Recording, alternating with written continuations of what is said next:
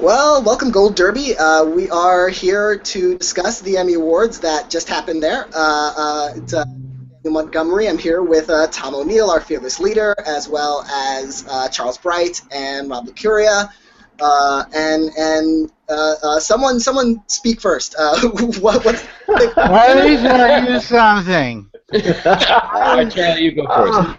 I was saying, all the things just happened, and oh God, seriously, no. This is only because Jonathan Banks lost. This drinking is only because Jonathan Banks lost. I'm just the new system.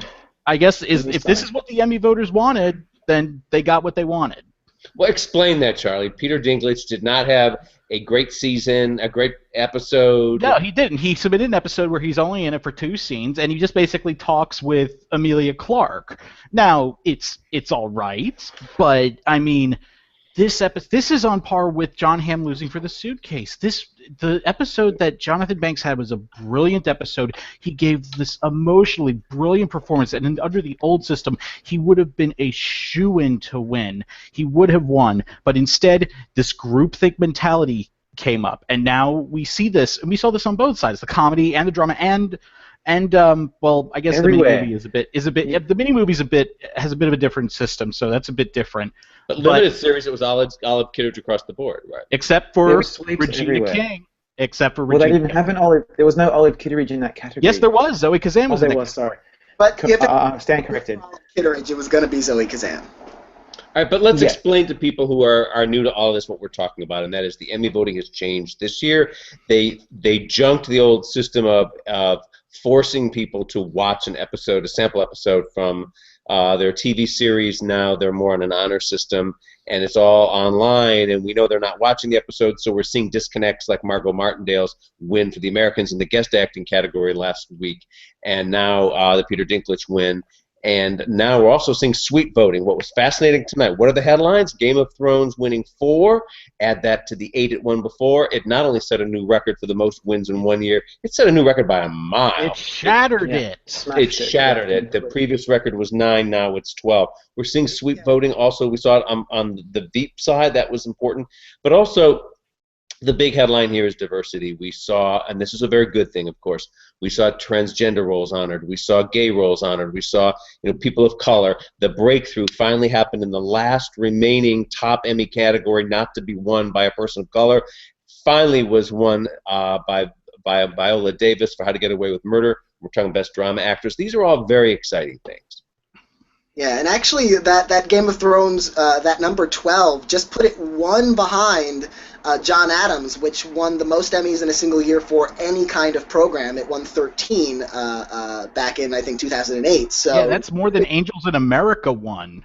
Mm-hmm. Yeah. And those 4 awards, I think, this is something I have to look up. Those 4 awards bring it to a total of 26 in its history. I think that ties the record for most wins by a drama ever. Wow. But let's add this one final thought on this bemoaning that's going on here, because I think the wins are very popular with the general public and with Hollywood. I think they will consider these wins a good thing, and the new voting a good thing. There's dancing in the streets out here in Hollywood over the Game of Thrones things right now, but and that's a good thing.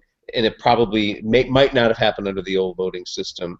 But what Charlie's bemoaning and what is the danger here is that if we see the episodes abandon what we have as a popular vote, and that is the death of the Oscar of television, because the great thing about the Emmys, remember, was that ratings didn't matter, popularity never mattered, and a result of that, some of the greatest TV shows in the history of the tube won early on when no one knew they were even on the air, and those Emmys went on to save the shows and therefore gave us the legacy of Cheers, Cagney and Lacey, Hill Street Blues, All in the Family. Yeah. And the question is, did the next Cheers die tonight?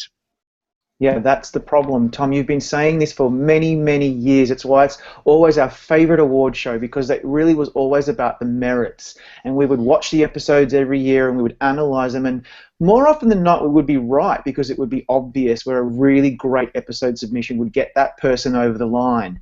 This year, it was all about sweeps. It was all about popularity. We saw Reggie, Kathy, Margot Martindale, Tony Hale, and quite a few other winners who probably didn't deserve it just on the merits of their episode. And so now it's all up in the air. It's the Oscars.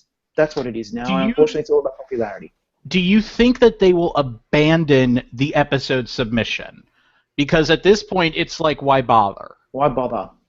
No, I think they're going to do something even worse, Charlie. I think that what they're going to do is they're going to say, well, now why don't we have drama actors submit 6 or 10, and we'll put them all online. It's infinite, God right? Almighty! So they're not going to even be given. They're not. These episodes aren't even going to be curated down to one or two for the voters to see. It's just going to therefore really turn into popularity. See, why can't they just come to the conclusion? Okay, they open it up to everyone who nominated. Okay, I understand and I get that.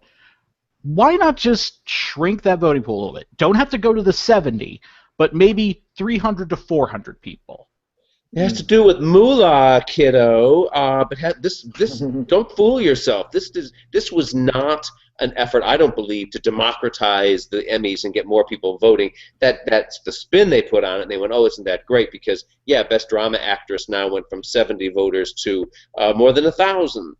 What they saved in the meantime were the mass reproduction of DVDs that were then sent by FedEx to the voters. We're talking about hundreds and hundreds of thousands of dollars for the judging process that was set up before. Now it's all online. Now there's no cost involved. Now they can claim, oh, look, we put that little checkbox there for the voter to say, I watched the sample episodes online. Of course, they have to check that as the same way that you and I check, I have read the terms of service here on whatever we're signing up for online. The same nonsense. The Emmys are the equivalent of joining iTunes. Yes. Yeah, it's all about iTunes now. Yeah. Oh dear God! I mean, I just gotta stay on my soapbox and get on until God strikes me dead. Just if they keep on with this voting system, and they probably will, I mean, this shatters everything that I love about the Emmys. And don't get me wrong, I'm really happy that Veep won. I'm really happy that Game of Thrones won. I mean, yes, there's my little quibbles with the one with Jonathan Banks losing, but other than that, I liked that there was this idea of spreading of that no program really swept that much. Only occasionally that would happen, and you'd have people really invested in the merits of these categories and how they were designed. And now I just think it's more ridiculous than ever, and it's going to just lead to the Emmys becoming from a good frustration to an annoying frustration. Well, here's why that's not going to matter, Charlie, because they're going to say, look, under the new system, Jon Hamm finally won. Look, under the new system, Game of Thrones finally won, and the bias has been lifted against fantasy shows. Isn't that a good thing? This shows that they really care about the quality of TV. And they're going to say the following. Well, you know what? The voting really hasn't changed that much because didn't Margot Martindale win under the old system, and Tony Hale and Julia Louis-Dreyfus and Uzo Aduba? So they're going to say, oh, really? What's your problem, Charlie Bright? Yeah. And to which I say, I invite them all to a wonderful wedding. The color is red. And, they just better wear neck braces.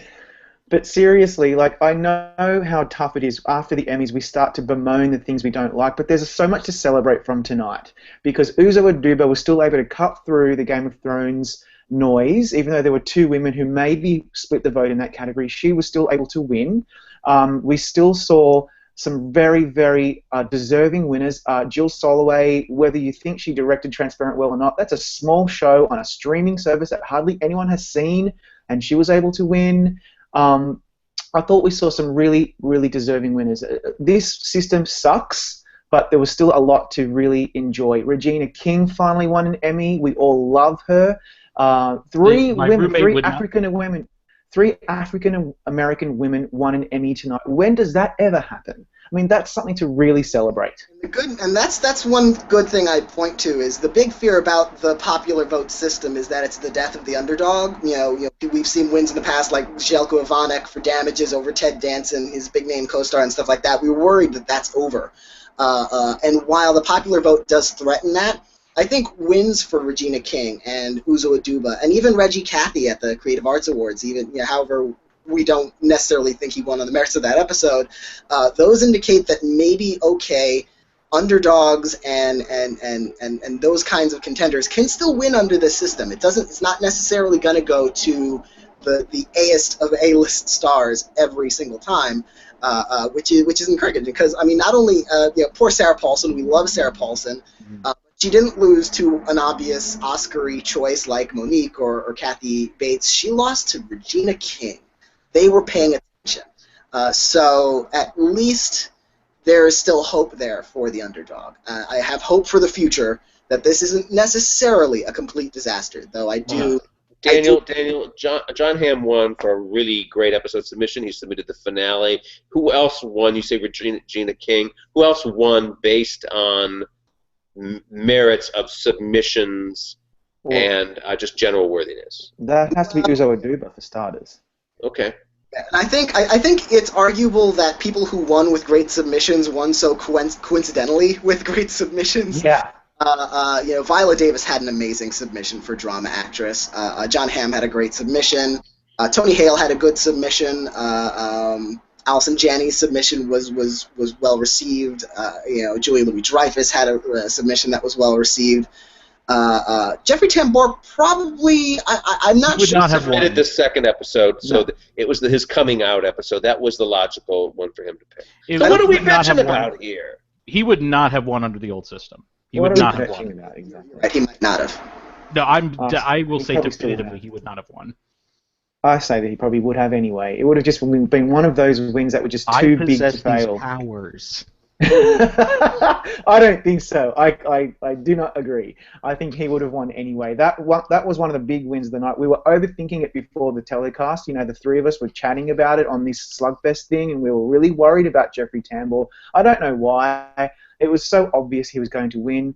Like the wins were. It had to happen, and it did. And he didn't get the standing ovation that I was expecting, though. Did anyone expect there to be more of a reaction for when Jeffrey Tambor finally won that Emmy? Yeah, I think you're right. It was a foregone conclusion, so that didn't happen. And I think it was also because it was early in the night, so, that award to come up so early, you're sort of programmed to assume that the big awards come late, and after a lot of anticipation, you're waiting, and then you stand up for the big winner. Yeah, but he came in like the first hour. So that probably hurt his potential for a standing ovation. These have to be the coolest Emmys ever. I mean, Amy Schumer wins, Jon Stewart wins, Amazing Race loses. I mean, this just touched all the cool buttons. Jon Stewart swept the variety categories. That was surprising. Yeah, what will happen? Considering he lost the last few years. Yeah. He did. And also the directing award. But I mean, we knew it was going to go to something that didn't normally win because Saturday Night Live wasn't nominated in this category. Mm-hmm. The variety stuff was really good this year. It was really exciting for a change. I just felt like every category in that section was just so interesting to me, and I see such a resurgence in the variety sketch and talk categories that next year we're going to see more new blood. I wonder what will happen without the Daily Show and the Colbert Report if they aren't being submitted, especially Daily Show. Tom, you were saying that it's likely it won't submit with Jon Stewart at the helm. That was the rumor in the industry, yeah. So I think Could Comedy Central overrule him? No, here's why no one's going to overrule it. It costs money to submit to the Emmys. It costs like more than $1,000. So who's going to fork over that money? Everybody's a cheapskate in Hollywood, right? Yeah. Hello. Hey. Guys. How's it going? Here come our intrepid guys, literally on the street outside the Emmys. Tell us what happened. Okay. Whoa, what a big night! Like, you tell us what happened. Well, you're a Praise. super Veep fan there, Matt. I'm sure you're dancing a jig. I was so happy. I was probably the loudest person shouting in the room when they called out Veep for Comedy Series. I lost it. Back in his seat. Yeah. My condolences to you, Matt, on the West Wing's record being left in the dust. Shattered.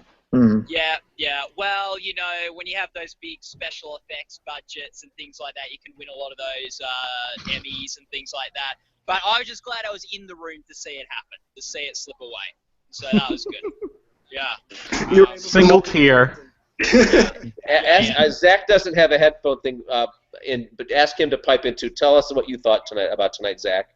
What did you think tonight, Zach? Tom wants to know. I did better in my predictions than I expected. My favorite one of the night was Jon Hamm. I'm glad I got to be in the room for that. We were two of the first to stand, I think, in the standing vote. Yeah. You know, overall, obviously a great night for HBO. They pretty much just swept everything. You know, there's nothing that I'm too upset about winning. Even things that I would have preferred to win, I can see an argument for why the people who won did win, you know. But, you know, and a great show from where we were sitting. I don't know how it looked on the telecast. Well, yeah, talk about that, you guys. The whole feel in the room about how did Andy Samberg do. Yeah, it'll be interesting to hear how he looked on TV to you. He seemed very comfortable on stage to us. He seemed to be moving things along quite nicely. I wouldn't say there were too many moments where there was, like, people rolling in the aisles laughing, but he seemed quite well received in the room. And especially after his opening cover, by the end of his monologue, when he was getting to some of that Kim Davis stuff, the audience started responding quite well, I thought. How did it play on TV? I think it was very well. I missed some emotional moments. I wanted more heart-tugging stuff. The In Memoriam was wonderful. The farewell to past shows was great. But I wanted more of that. But it was very... In our live blog, when we were all sharing comments among ourselves with the staff, we all generally thought it was very, very good show. And as I teased in the pre-show, we did see that Mad Men spook, so that was good. Yeah. Now, how many standing ovations were there? There was the one I saw for Jon Hamm, but I couldn't. It's hard to tell from our point of view. Yeah. Did Viola Davis get one? Did Game of Thrones get one for drama series? I'd say Mel Brooks got one when he came out to present. Yeah. Tracy Morgan got one when he came out to present. I'd say Hamm was the only winner who got a legitimate entire auditorium standing O. There were definitely people in the room that stood up for Viola Davis, but it wasn't as much the whole room as you got with Hamm, where sort of like the front couple of rows all stood up, then me and Zach stood up, then everyone followed us, and the whole room was on their feet. Yeah. Anybody have any questions for these guys?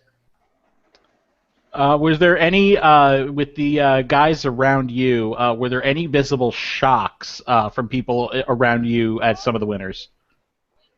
Not particularly.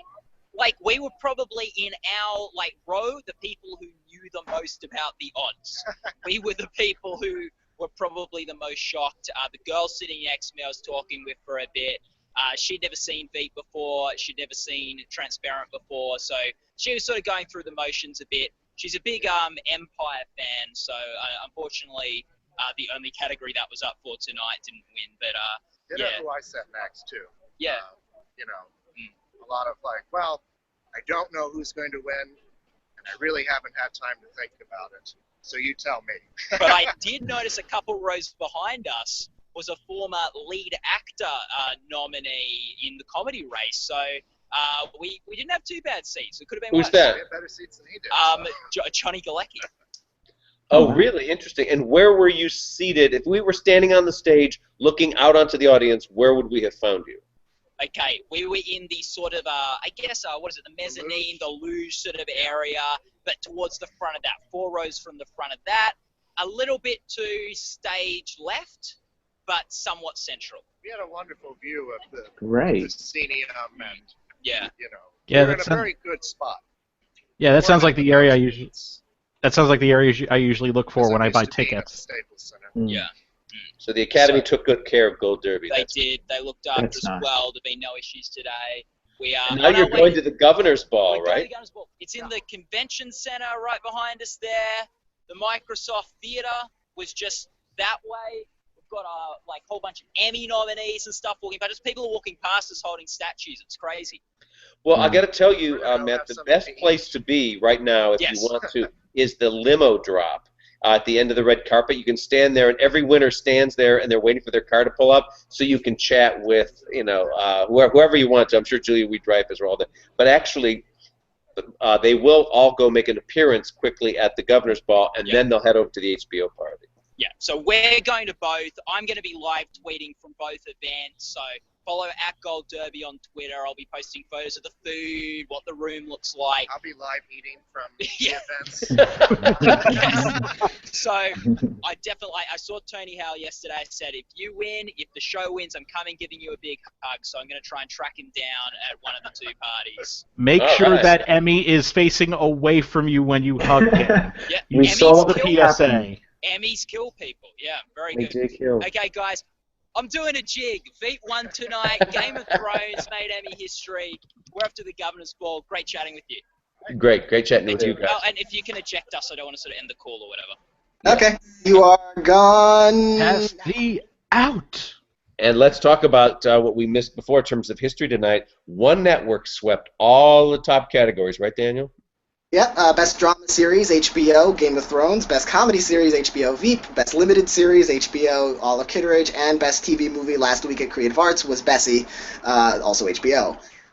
So they couldn't get those variety categories. But even if you factor that in, I mean, those both went to Comedy Central. This was a complete sweep for cable. I don't know if that ever happened before. I don't think it has on a complete sweep. It couldn't have, because the only other comedy series to have won from cable was Sex and the City, and that was 2001, I think. Yeah. And that year was West night. for drama, so there's no way cable has ever swept like this before. Yeah, and streaming services did very well as well. Amazon picked up 2 on the big night. Netflix finally got its first major award during the primetime telecast for Uzo. So really, the broadcast networks will not be very happy. Fox, for example, who aired the show, didn't have much to show for, unfortunately, and that's just the new normal, isn't it?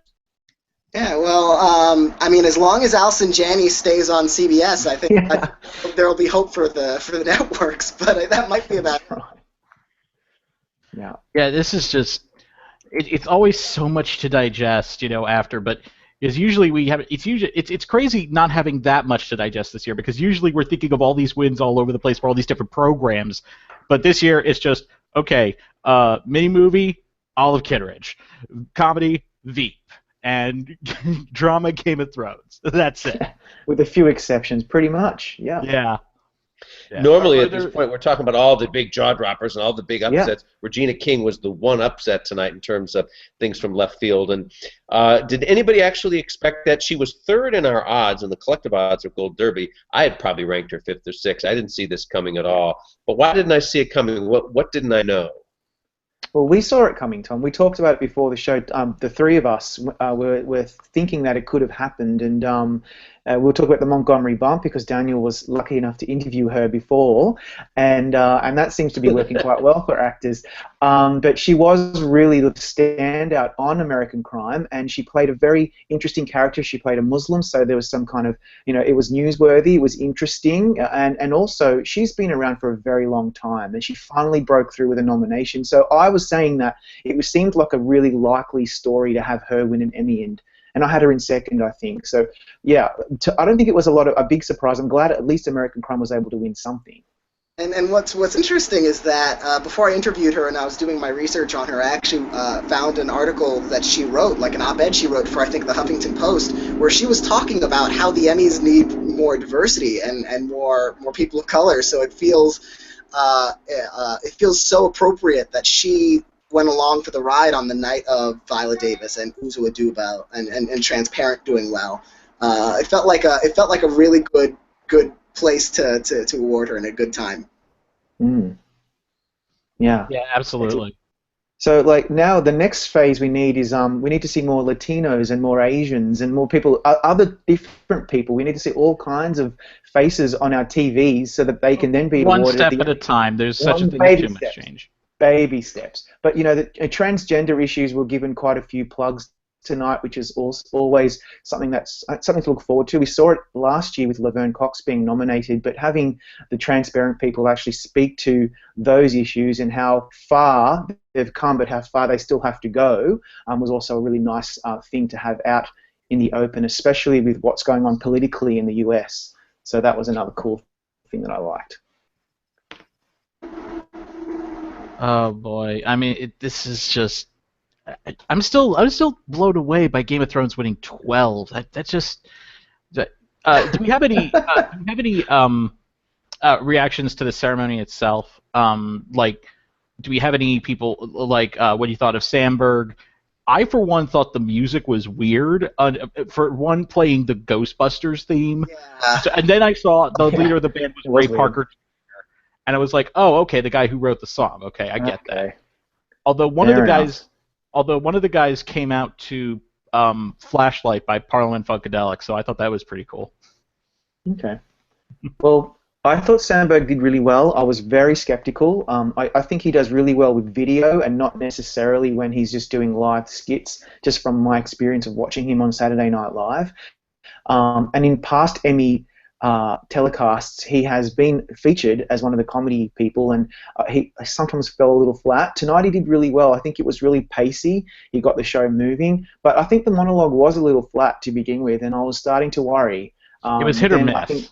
It was a little hit or miss, but that's generally the way it seems to be. Although I remember last year, Seth Meyers, was it Seth Meyers last year? I think it was. Yes. He was really good. I thought he did a really good job, and I think Andy Samberg was almost at that level. But that opening video bit, that was one of the best opening videos that I've seen in a long time. I really, really enjoyed it. I thought it was fine. I don't think it really broke new ground. I thought you'd sort of expect the video parody or the that kind of production, and on that level, it sort of was right about in the mid level what he might have done for an SNL video skit thing. The monologue, I agree, was hit and miss, although I think it was miss, hit. Like, it was getting better towards the end there. Yeah. Talking about, Uzo Aduba being the new Ed Asner and Allison Janney being old Uzo Aduba. And I did love his joke about dudes boning to Eye of the Tiger. Yeah. I was like, wow. my evening set, that's great. Wow, you learn something every day. Yeah, so look, that was good. And some of the presenters were okay, but Tom said something earlier in our live blog about, for example, Amy Schumer had a real opportunity when winning that award to really knock something out of the park, have something prepared, do something really funny and edgy, and it just wasn't. She just didn't deliver. All right, this is what I get. Okay, here's something that's weird. Okay, when all the comedy people and let's go back to the Oscars when Patricia Arquette had her piece of paper all the time. We were going, oh God, you can't think of anything off the cuff, and now we're criticizing Amy Schumer for not being able to think of something, not having paper. Yes. I mean, it's Julia Louis-Dreyfus can deliver year in, year out. Amy Poehler does it. Like, why not give us a glimpse into how funny you can be off the cuff? I thought Amy was a bit disappointing, and I didn't even really get a lot of emotion out of it. I don't know, I just was very disappointed when she won that, and I was expecting a lot more. She seemed very I got a lot of emotion, yeah. Kind of surprised. Like, I mean, she didn't seem like she was playing the Amy Schumer role. She definitely seemed like she was excited and overwhelmed and just really gracious, and she didn't do a bit. I don't need comedy. Like, you win the Emmy for doing comedy. We don't need you to give another comedy-winning bit at the podium. Nice. Oh, horse shit, Daniel. Look, that's ridiculous. Look, she's a performer. She is putting on. She's got 45 seconds. This is the crowning moment of her life in front of her industry. Have a decent speech prepared. All of the writers sucked tonight. Every one of the writers' speeches was awful. And we see this at the Oscars all the time, which makes me wonder, are these people shams? But she's not a sham. She's a genius. But it's like, quit being lazy. What it is they're all superstitious. They're all like, oh, if I, and this is how Hollywood is. They're, if I prepare something, then I'm going to lose. Or they'll think I'm an egomaniac. Yeah. And they all say it. They all get up there and say, oh, I've got nothing prepared. And it's like, well, why not? Prepare something. It will take you 10 minutes. Yeah, but then we always criticize them when they have something prepared. It's yes, we do. We were doing it with Patricia Arquette. Well, that's because she had a shopping list. We don't like someone going up there with a prepared shopping list. It's okay if they have a script that's Julia Louis-Dreyfus' stuff wasn't great tonight, but at least she had some shtick done. And by the way, speaking of that, it's clear that I think that came from our discussion with her to make our dare to her to make Donald Trump jokes during her acceptance speech. And she did, thank God. But even the presenters, some of that banter, which is always so painful, in Emmys past, recent Emmys, the banter has been pretty good. Tonight it wasn't that good. Like when Key and Peele came out, they could have done something like really, really interesting and funny, and it just wasn't. It wasn't. But they're really not in charge of their own script. That's true. They would have given us something great like that, but these yo-yos they hired to write the Emmy script forced their garbage on everybody.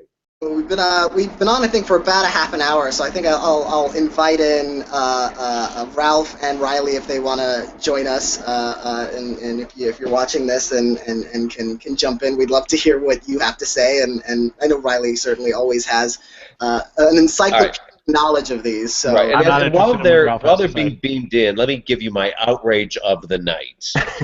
And it's very unpolitically cool to say this, but I'm just going to. I was outraged that Tracy Morgan was on that stage on a night celebrating diversity. This is a man who has publicly said he would kill his child if his child said he was gay, and he is suddenly forgiven for this on a night when LGBT issues are celebrated. And I know we all feel sorry for him for the health issues he's had, and he's a great comedian and the rest of it. But it just I don't know. It just really riled me that that whole thing. Anyway, that's my rant of the night. Fair enough. That's fair. Riley, so what did you think of the winners, for instance? You've probably heard what we've had to say. I've heard some of it. I think the winners are not bad overall. I think everybody likes Game of Thrones and Veep, but I worry about the implications for future years. Like now that Peter Dinklage can win under this system, who's to say that he won't win the next several years? Because if you like Game of Thrones, Peter Dinklage is the face of that show, and he won this year with nothing. So what if he actually has something next year, and so on? So people complain about shows repeating under the old system. I think the new system is going to give us the same thing. Yeah, I think there's definitely the risk of that. Although it could be sort of mercurial in the sense that year to year they could be very fickle about what they're into that year, and they'll they might not. It might not be Game of Thrones next year. It might be something else that sweeps everything, whatever the drama slate for the next year is. If there's another kind of Mad Men in the offing that's going to win the next 5 drama series awards or something like that. But yeah, I think unless something comes in to beat him, something buzzworthy, he might be the kind of perennial winner we're sick of in a couple years. I mean, like Jonathan Banks, I'm not sure that everybody saw Better Call Saul, but I thought that enough people saw Breaking Bad, everybody's familiar with Mike the character, that he'd be able to pull through that way, but unfortunately not the case. Have you guys talked about the Daily Show sweep? I think the voters got confused about this being the final year of the Daily Show or not, how it will be eligible next year, so are they going to come back and sweep again and be like, we're still leaving? No, Stewart said in his acceptance speech, "You won't see me again." And what we were talking about is, remember, it costs money to submit at the Emmys. It costs about $1,000 to submit for Best Series. And if you're going to submit for series, then you have to submit for all the other categories too, the writing and the directing and the sound mixing. There's thousands and thousands of dollars. And of course, everybody on the network side of any place are cheap. So my guess is that they'll take their lead from Stewart and not submit, and I did hear the rumor a few weeks ago here in town that he was not going to submit for next year, that he was sending the message out that this is my farewell, just give me the Emmys in essence. But whether he stands by that or not, I don't know. I think this will be it for Jon Stewart, and not just the money. I feel like if it were just the end of the Daily Show and that's it, I could see him submitting next year for the next few months. But we're talking about next year, it's going to be the Daily Show with Jon Stewart if he submitted versus the Daily Show with Trevor Noah. And I don't think Jon Stewart would necessarily want to put himself against his successor, and I don't think Comedy Central would want to do that either. I think they might want to put their eggs into Trevor Noah, assuming he's does well enough that he's not canceled in a month. But assuming he does reasonably well, I think they're going to invest in him rather than trying to put it back. Yeah. Push him to the fore. That makes a lot of sense. Yeah, that's what I would think. So anyway, we'll see what happens next year. Hopefully John Oliver can win, because I was really hoping that he would win and just complete the whole HBO sweep, but that didn't eventuate. Yeah, that would have been nice. But now that there's so much changing, of course, with late night TV. I mean, Stewart's gone. Colbert's moved to late night. I don't know if they're going to embrace it the same way they embrace the Colbert Report, because it doesn't have the same kind of defiant political bite. I think it will. Letterman's. Well, I think he'll be nominated for the Late Show. I don't know if he'll win, because now you've got John Oliver doing what Jon Stewart was doing times 10 on HBO. And I really think he's going to be the cool one next year, and the one who is speaking truth to power in that way that they're not going to have really many other people who are doing that the same way right now. So I feel like John Oliver is probably the heir apparent next year. Probably. We'll see. Tom, you're usually the guy who can find this out. Can you? I don't know if you know this, but would you be able to find out how the band that's playing at the Emmys chooses what they play to intro people? Because they were just going all over the place. They were going from 70s R&B to pop music from 10 years ago, and I had no idea. I always had to do a double take when I was listening to them do that. Do you have any idea how they do that? We could ask Don Mischer, who produced the show. He's our good buddy. They get waivers from all of the guilds and all that, so they don't have to pay rights. So they were able to just choose. They don't have to be cheap about it, like a lot of shows are. Like, oh, don't play a hit song because then we've got residual rights to pay. It's a good question. We can ask, yeah. Who are you gonna call? Don Mischer. And then the one that beat him for me was Flashlight by Parliament Funkadelic. That was the one that sent me over the edge. So yeah, I'm going to jet out of here because I still have an article to complete, and before Paul has my head on a spike. I've pretty much sounded off enough too. Anybody else want to add any final thoughts here? We can all just wrap up. No, well done, Gold Derby. Once again, the beacon on the hill about for Emmy coverage, year in, year out. Our racetrack odds in general did very well tonight. Yeah, this was. I mean, it's a good thing and a bad thing, I guess. That the new system. It looks like it's going to make the Emmys at least more predictable. There were no merit weavers tonight. But so our odds did, I think, the best they've done in years, possibly the best they've done since we started. Maybe ever.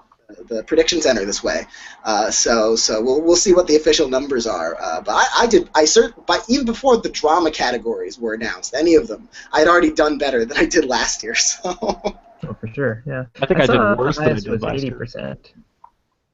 Yeah.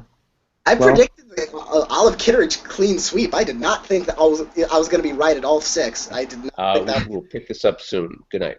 Okay. All right, take care, Bill Murray. What the hell? Yeah, James Corden and Charlie Bright, twins. If I can have a husband, if I can have the male equivalent of his wife, then yes, I'll take it. So thank you. Good night, all. Take care, baby. Okay.